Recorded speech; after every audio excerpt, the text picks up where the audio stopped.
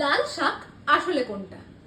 আজকে বাজার থেকে মা আমাকে লাল শাক কিনে আনতে বলেছিল এবং বাজারে দুজন দোকানি এই দুটো শাকই লাল শাক বলে আমাকে বিক্রি করেছে, কিন্তু শাক দুটোই দেখতে কিন্তু খুব ডিফারেন্ট। দেখো, তো বাড়ি আনার পরে মা আমাকে বললো এই দুটো শাকের মধ্যে একটা হচ্ছে লাল শাক আর একটা হচ্ছে ডাঁটা শাক। তো এই কোনটা লাল শাক কোনটা ডাঁটা শাক আমরা চিনবো কিভাবে? চলে আসো এদিকে।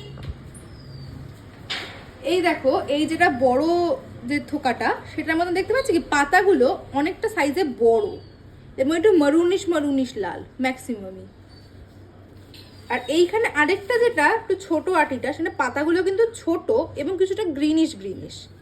সো এইটা হচ্ছে গিয়ে অরিজিনাল লাল শাক আর এইটা হচ্ছে গিয়ে ডাঁটা শাক, যেটা কিনা ফেক লাল শাক হিসাবে অনেক দোকানি বাজারে বিক্রি করে থাকে।